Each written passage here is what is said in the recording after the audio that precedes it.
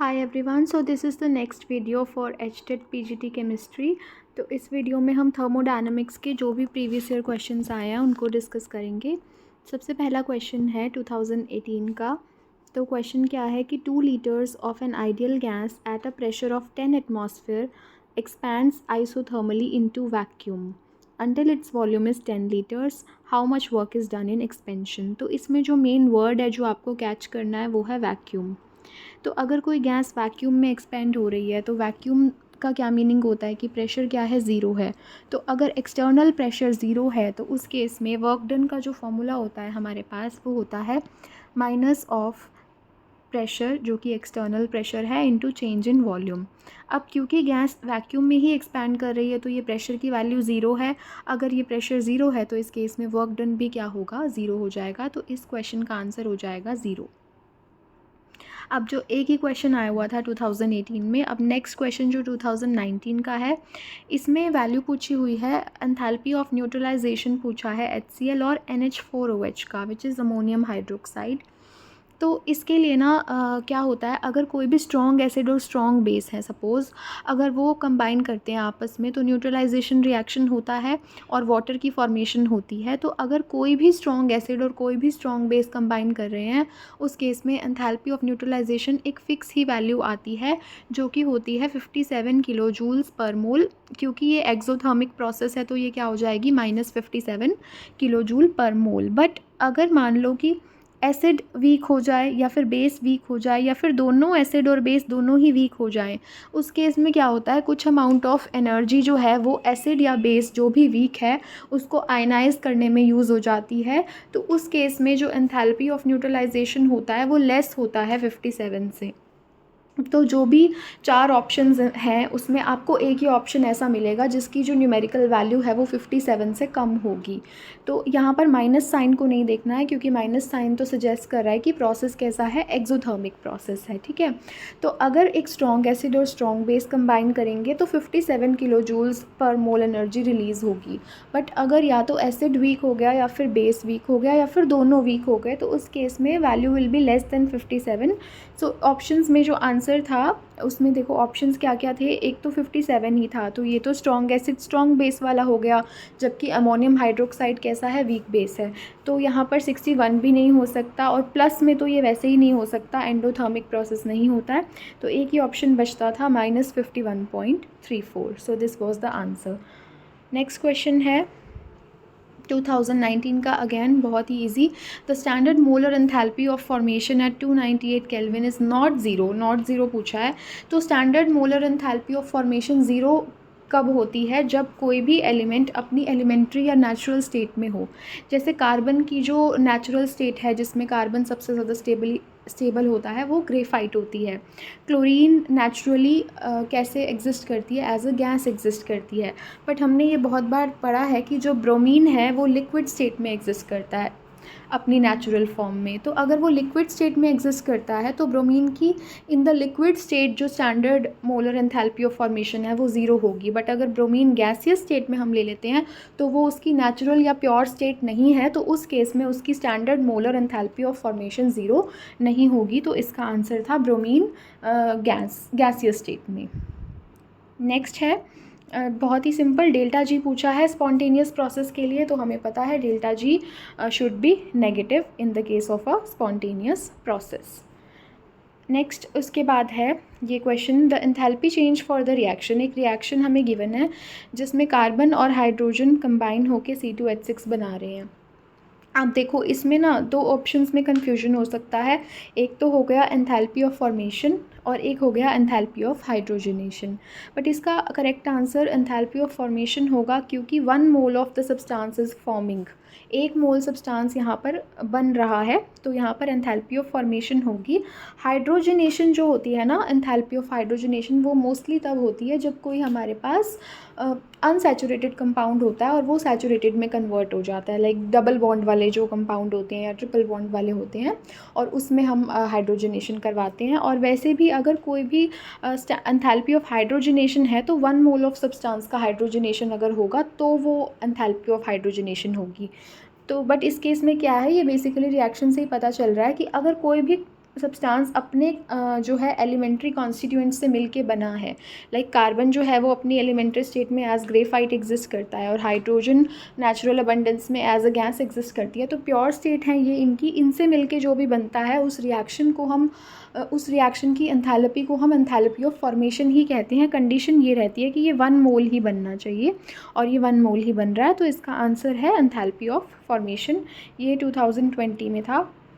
Next question है which of the following is an intensive property. So intensive property और extensive property क्या होती हैं? देखो, इंटेंसिव इंडिपेंडेंट ऐसे याद रखना है। तो इंटेंसिव प्रॉपर्टीज़ वो होती हैं जो इंडिपेंडेंट होती हैं अमाउंट या मास के इंडिपेंडेंट होती हैं, वो इंटेंसिव होती हैं। और जो मास पर डिपेंड करती हैं वो एक्सटेंसिव होती हैं। अब टेम्परेचर की अगर हम बात करते हैं, सपोज़ हमने वाटर ले लिया, वो हमने 10 ml ले लिया, या वो हमने 20 ml ले लिया, या वो हमने 30 ml ले लिया, या आप इसको ग्राम में भी बोल सकते हो, लाइक मास पर डिपेंड करे तो आप डिफरेंट अमाउंट में अगर वाटर लोगे, बट अगर आपने सेम वाटर लिया है तो उसका जो टेम्परेचर है वो चेंज नहीं करेगा। तो टेम्परेचर क्या होती है हमारे पास? इंटेंसिव प्रॉपर्टी होती है, टेम्परेचर एक्सटेंसिव नहीं होती। तो इसका आंसर क्या आएगा? टेम्परेचर आएगा। इंटरनल एनर्जी अमाउंट पर डिपेंड करती है, मास तो मास पर डिपेंड करता ही है, एंड अगेन वॉल्यूम भी अमाउंट पर क्या करती है? डिपेंड करती है। तो बाकी तीनों properties are extensive but temperature is intensive. ये क्वेश्चन था 2021 का। नेक्स्ट है ये क्वेश्चन है, एंथैल्पी ऑफ कंबशन दे रखा है हमें साइक्लोहेक्सेन का, हाइड्रोजन का, 3 वैल्यूज़ दे रखी हैं और हमें निकालना क्या है? Heat of hydrogenation of cyclohexane निकालना है। सबसे पहले इसमें आपको हेक्सेन के फॉर्मूलाज पता होने चाहिए। तो अगर नहीं भी पता आप तो स्ट्रक्चर बना के देख सकते हो। ये साइक्लोहेक्सेन है हमारे पास, 6 कार्बन होंगे और हर कार्बन के साथ 2 हाइड्रोजन होंगी, तो C6H12 हो जाएगा। अगर यही हमने साइक्लोहेक्सेन बना दिया तो 2 हाइड्रोजन कम हो जाएंगे, तो ये C6H10 होगा। अब हम वो रिएक्शंस लिखेंगे जिनकी हमें एंथैल्पी गिवन है। सबसे पहले हमें कंबशन, अब कंबशन क्या होता है? Burning in the presence of oxygen. तो यहाँ पर ऑक्सीजन की प्रेजेंस में हम करेंगे और हम कंबशन में मोस्टली प्रोडक्ट्स क्या बनते हैं? Carbon dioxide and water. तो अब हमने सबसे पहले किसकी लिखी है? साइक्लोहेक्सेन की। साइक्लोहेक्सेन लिखेंगे, ये जो है ये बैलेंस किया हुआ है, तो C6H, इसका 1 मोल रखना है बस आपको और फिर उसके बाद बैलेंस कर देना है। C6H12 लिखा, ऑक्सीजन ऐड करी, कार्बन डाइऑक्साइड और वाटर बनाए, उसके बाद इसके अकॉर्डिंग बैलेंस कर दो कि 6 कार्बन है तो यहाँ कार्बन डाइऑक्साइड भी 6 हो जाएंगे और 12 हाइड्रोजन है तो यहाँ पर 6 हो जाएंगे। फिर इसके अकॉर्डिंग ऑक्सीजन को क्या कर देंगे? बैलेंस कर देंगे। तो सिंपल सा है, बैलेंसिंग करनी है। ये हो गई combustion of cyclohexane. Same way में हम कंबशन किसकी लिखेंगे? साइक्लोहेक्सेन की। इस केस में भी कार्बन डाइऑक्साइड तो कितने होंगे? 6 ही होंगे क्योंकि 6 कार्बन है, लेकिन हाइड्रोजन कितने हैं? 10 हैं, तो यहाँ पे 5H2O आएगा। तो फिर यहाँ से ऑक्सीजन देखोगे तो 12 ऑक्सीजन तो यहाँ से हो गए हमारे पास कार्बन डाइऑक्साइड से, और फिर 5 ऑक्सीजन हमारे पास वाटर से हो गए। तो 12 और 5 कितना हो गया? 17। तो हमारे पास इसकी स्टोइचियोमेट्री कितनी आ जाएगी O2 की? 17/2। ये हमें सेकंड हो गया। थर्ड हमें हाइड्रोजन की कंबशन की दे रखी है, तो ऑफ कोर्स इसमें बस वाटर ही बनेगा। तो H2 + ½ O2 gives us H2O। ये हमें ΔH दे रखा है। अब हमें फाइंड आउट किसके लिए करना है? हमें फाइंड आउट करना है heat of hydrogenation of cyclohexane. तो हमें हेक्सेन जो है वो कहाँ चाहिए? मतलब ये रिएक्शन हमें चाहिए, साइक्लोहेक्सेन की हाइड्रोजनेशन हम करवाएंगे और हमारे पास बनेगा क्या? साइक्लोहेक्सेन बनेगा। तो यहाँ पर ये रिएक्शन हमें चाहिए। अब इन 3 रिएक्शंस को हम कैसे यूज़ करें कि हमारे पास ये वाली रिएक्शन आ जाए? तो हमें रिएक्टेंट में साइक्लोहेक्सेन चाहिए, प्रोडक्ट में साइक्लोहेक्सेन चाहिए। तो यहाँ से देखो, अगर हम क्या करें, सेकेंड और थर्ड रिएक्शन को ऐड कर दें हमें, क्योंकि C6H10 कहाँ पे चाहिए है? रिएक्टेंट में चाहिए, और हाइड्रोजन भी कहाँ चाहिए? रिएक्टेंट में चाहिए। तो इन दोनों को ऐड कर दें और इस रिएक्शन को उसमें से सब्ट्रैक्ट कर दे, तो हमें अपनी गिवन रिएक्शन मिल जाएगी। देखो कैसे करेंगे। तो हमने क्या किया? 3 + 2 - 1। तो मैंने यहाँ पर थर्ड और सेकंड रिएक्शन को ऐड कर दिया है और उसमें से फर्स्ट को क्या कर दिया है? सब्ट्रैक्ट कर दिया। ये थर्ड थी, ये सेकंड, ये वाली सेकंड, ये थर्ड, और ये फर्स्ट इसमें से माइनस कर दी। सेम वे में यहाँ पर ये भी क्या था? थर्ड थी, ये सेकंड थी, और इसमें से फर्स्ट को क्या कर दिया? माइनस। तो आप यहाँ पर देखोगे ये 6CO2 cancel, 5 + 1 6H2O 6H2O cancel, और क्या कैंसिल होगा? देखो 17/2 O2 + ½ O2 18/2 O2, that means 9 O2। तो ये 9O2 भी क्या हो जाएगा, कैंसिल। तो रिएक्शन बचेगी क्या, C6H10 प्लस H2, और ये यहाँ माइनस में है तो दूसरी साइड जाके क्या हो जाएगा, प्लस में। तो ये रिएक्शन आ गई। तो बस अब आपको डेल्टा H को भी सेम वे में कर देना है, थर्ड और सेकंड के डेल्टा H को ऐड कर देंगे और उसमें से फर्स्ट वाला क्या कर देंगे, सब्ट्रैक्ट कर देंगे। तो -121 किलो जूल्स पर मोल इसका क्या हो जाएगा, आंसर हो जाएगा।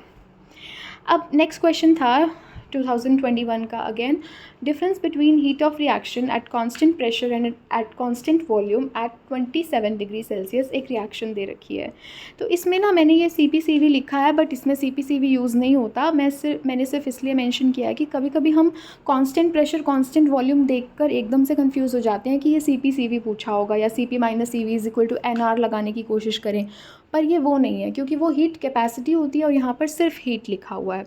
तो हीट ऑफ रिएक्शन जो होती है ना, वो कांस्टेंट प्रेशर और वॉल्यूम पे हम कैसे डिफ़ाइन करते हैं, कांस्टेंट प्रेशर पे जो हीट होती है वो एंथैल्पी होता है, और जो कांस्टेंट वॉल्यूम पे होता है वो इंटरनल एनर्जी होता है। तो इसमें बेसिकली जो फॉर्मूला यूज़ होने वाला है वो है delta H = delta U plus delta NG/RT। देखो टेम्परेचर भी गिवन है, और डेल्टा NG क्या होता है, हम प्रोडक्ट में से रिएक्टेंट के नंबर ऑफ़ मोल्स माइनस करते हैं, सिर्फ वो वाले जो गैसियस स्टेट में एग्जिस्ट करते हो। तो गैसियस स्टेट में यहाँ पर कितने हैं, 12 हैं, और इधर कितने हैं, 15 हैं, क्योंकि ये दोनों तो क्या है, लिक्विड में है। तो हमें इसका डिफरेंस निकालना है, delta H minus delta U। तो ये किसके इक्वल हो जाएगा, डेल्टा NG/RT के। डेल्टा NG हमारा -3 आ गया, R की वैल्यू 8.314, टेम्परेचर जो सेल्सियस में गिवन था उसको केल्विन में कन्वर्ट कर लिया, तो इसका फाइनल आंसर आ जाएगा -7.482। नेक्स्ट है, एक रिलेशन पूछा है 2022 का है ये, which of the following gives entropy change of an ideal gas for isobaric process. तो आइसोबारिक प्रोसेस सबसे पहले क्या होता है, जिसमें कि प्रेशर क्या रहता है, कांस्टेंट रहता है। तो ये आपको दोनों ही फॉर्मूलाज याद होने चाहिए एंट्रोपी चेंज के ऑफ एन आइडियल गैस, ये बहुत ही इंपॉर्टेंट है। तो एक होता है जिसमें हमारे पास CP होता है, और एक होता है जिसमें CV होता है। तो CV ln T2/T1 plus R ln V2/V1। अगर आइसोकोरिक प्रोसेस के लिए पूछा होता, दैट मीन्स वॉल्यूम अगर कांस्टेंट होती, तो आप इस फॉर्मूले को यूज़ करते, बट आइसोबारिक के लिए पूछा है तो सेकंड वाला फॉर्मूला यूज़ होगा। और क्योंकि आइसोबारिक है तो P2 और P1 क्या हो जाएंगे, इक्वल हो जाएंगे, तो ये वाली वैल्यू 0 हो जाएगी। तो आंसर क्या आ जाएगा, CP ln T2/T1। तो इसका आंसर ये हो जाएगा CP ln T2/T1। इसके बाद ये 2022 का क्वेश्चन है। 22 में 3 क्वेश्चंस पुराने रिपीटेड थे। एक तो वही पूछा था स्पॉन्टेनिटी का क्राइटेरिया, डेल्टा G <0। एक अगेन फिर पूछा था कि किसके लिए स्टैंडर्ड एंथैल्पी ऑफ फॉर्मेशन 0 नहीं होती, तो ब्रोमीन गैस के लिए।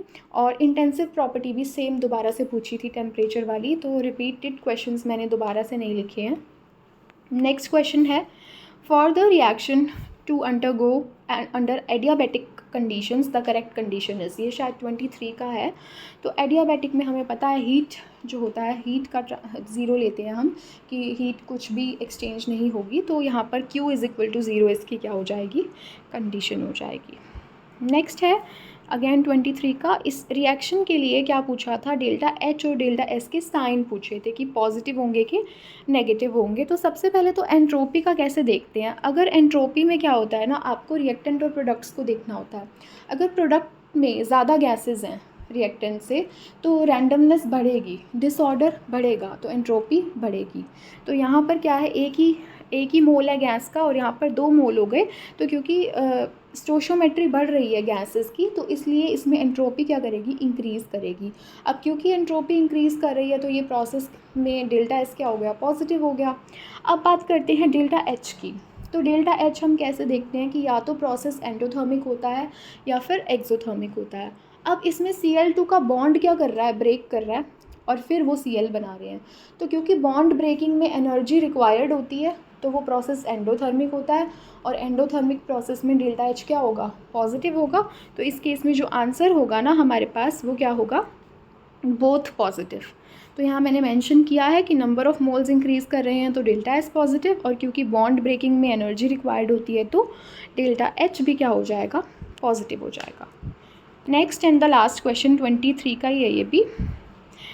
इसमें पूछा था 2 litres of an ideal gas at a pressure of 10 atmosphere expands isothermally against a constant pressure of 1 atmosphere. तो P एक्सटर्नल आपको 1 एटमॉस्फेयर दिया हुआ है, ठीक है। until its volume is 10 litre. तो वॉल्यूम चेंज भी दे रखा है 2 लीटर से 10 लीटर, और जो प्रेशर है एक्सटर्नल वो क्या है 1 एटमॉस्फेयर है। माइनस डब्ल्यू की वैल्यू पूछी थी। वर्क डन एक्सपेंशन का क्या होता है, वैसे फॉर्मूले में माइनस आता है, minus P exterior V2 minus V1, लेकिन यहाँ पर माइनस डब्ल्यू पूछा था, तो माइनस डब्ल्यू का फॉर्मूला क्या हो जाएगा P external V2 minus V1। अब एक्सटर्नल प्रेशर 1 है, वॉल्यूम चेंज कितना है 10 माइनस 2 8, तो एटमॉस्फेयर लीटर की यूनिट में ही पूछा था, तो कोई यूनिट कन्वर्जन भी नहीं करना है, तो इसका आंसर क्या हो जाएगा 8 एटमॉस्फेयर लीटर। तो ये वाले 15 क्वेश्चंस थे जो थर्मोडायनेमिक्स के 2018 से 23 में आए हुए थे। नेक्स्ट वीडियो में हम नेक्स्ट टॉपिक को डिस्कस करेंगे।